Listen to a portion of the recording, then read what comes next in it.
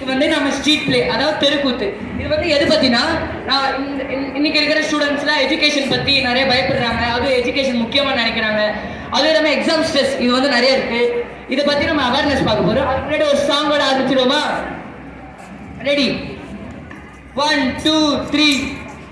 ஒரு நாள் வாழ்க்கை இங்கே எங்கும் ஓடி போகாது, வரும் நாள் வந்து விட்டால் துன்பம் தொடராது. எத்தனை கோடி கண்ணீர் மண்ணீர் வீழ்ந்திருக்கும், அத்தனை கண்ட பின்பு பூமி இங்கு போகும்.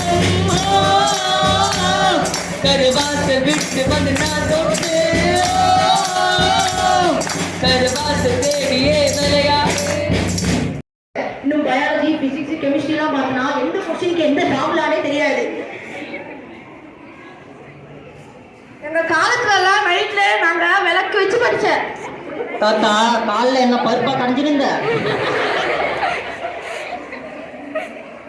தம்பிகளா, நீங்க சொல்றத நான் கேட்டதா.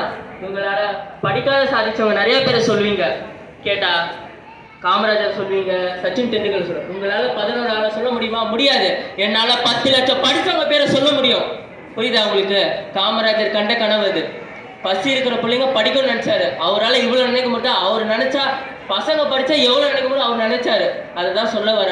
பயத்தோட படிக்காதீங்க, ஹாப்பியா படிங்க. சமூகத்தில் உங்களுக்கு நல்ல பேரை உண்டாக்குறது கல்வி தான். புரியுதா? தேர்வை வந்து பயத்தோடு எழுதாதீங்க, ஹாப்பியா எழுதுங்க. இப்போ எக்ஸாம் ஹாலுக்கு போனீங்கன்னா வச்சுங்க, கொஞ்சம்